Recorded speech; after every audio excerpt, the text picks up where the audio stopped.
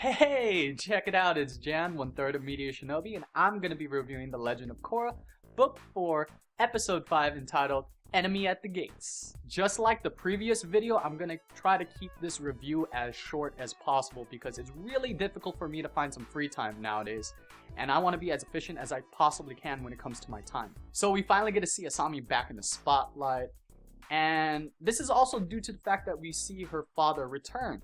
We haven't seen him since book 1, and after spending so much time in prison, it seems like he's truly regretted all of the things he has done. And now this puts Asami in a position to determine whether she wants him back in her life or not. And for the most part, it seems like that's going to be the case. And for the record, I give her props. It's always easier to separate all ties with that person or that group of people, but to actually look past that and put the time and effort to fix your relationship with said person or group of people that have hurt you in the past or have been constantly hurting you since, that takes a lot of strength, and I've always been constantly impressed with Asami's emotional maturity. My only concern on this end, other than her father's role in this book, is, well, her own. It seems like the spotlight will only focus on these two whenever they want to reference their distant relationship.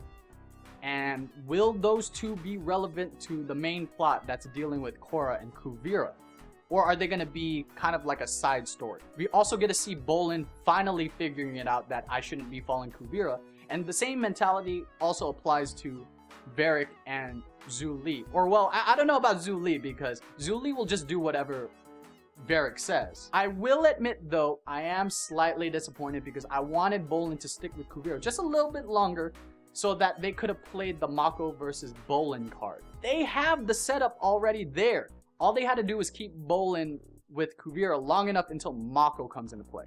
But it seems like we're not going to really get that unless, you know, Bolin does become re-educated, brainwashed basically. It's also possible that he might break himself out or someone else breaks him out of that situation. Who knows? We're just going to have to wait and see until the next couple of episodes. As for Varrick and Zhu Li, we get to see a little bit more about them and what makes them tick.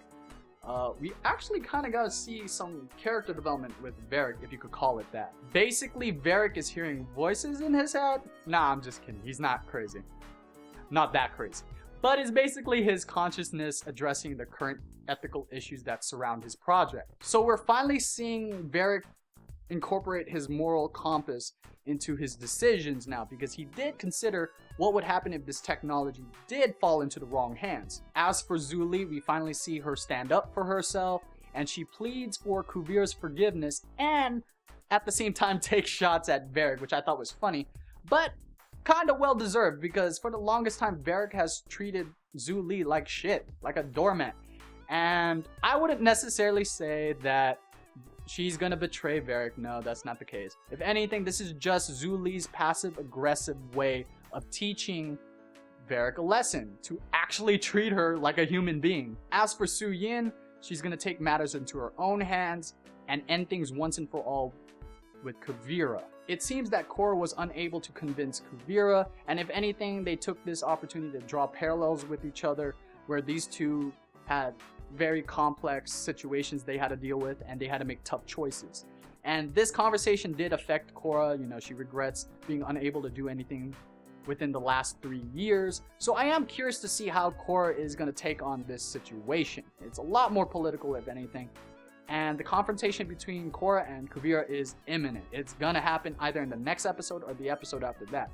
I just believe that Korra is gonna lose, just based on where they are right now in the plot. I just want to know how she's gonna lose. Is she gonna lose due to a physical confrontation with Kuvira, aka an actual fight?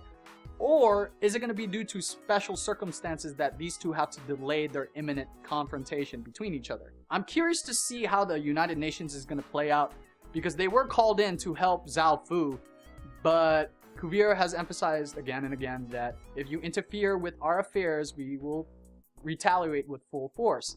So if anything, I think what they're going to do is they're going to save the United Nations for the final few episodes, because they're going to just go all out. That's what I think, and they should. The only other notable thing to mention is what they were using the spirit vines for, which was basically an energy source for whatever project that they're working on. And in this case, the super weapon. Now, Honestly speaking, I'm not exactly in love with the idea. I find the idea of a super weapon or a doomsday device very cliche and cheesy, but I'm gonna hold judgment until I see how it's executed, because you never know. And that pretty much wraps up this review. So if you guys like the video, like it. If you guys dislike it, it's completely understandable. No hard feelings. Comment down in the comment section down below. I would love to hear what you guys are thinking about as of right now. We're also open to constructive criticism, so don't forget to leave that down below as well. Consider subscribing. We try to pump out this content as much as we can. And before I leave, I want to say happy Halloween. Stay safe. You can see I'm being festive with the Pikachu hat. I'm not going to leave, so I'm just going to be indoors the entire day. And don't TP my house. Anyway, this is Jan, 1/3 of MediaShinobi, signing out, and I'll see you in the next video. Later.